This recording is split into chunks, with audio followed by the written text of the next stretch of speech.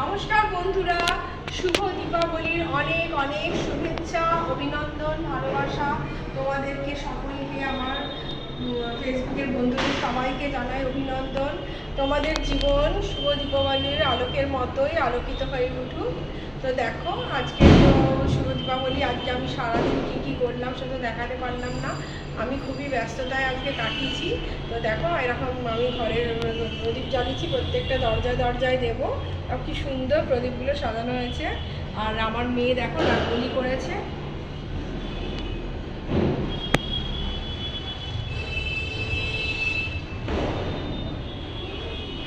আজকে যেহেতু পুজো আর গণেশ পুজো অনেকের বাড়িতেই হয়ে থাকে, কিন্তু সেক্ষেত্রে আমার মা যেহেতু প্রবাসী বাঙালি ছিল, তাই জন্য প্রবাসী বাঙালি হওয়াতে তো আমাদের একটা ছোটো থেকে পুজো আমাদের শিখিয়েছিল যে লক্ষ্মী গণেশ পুজো করা।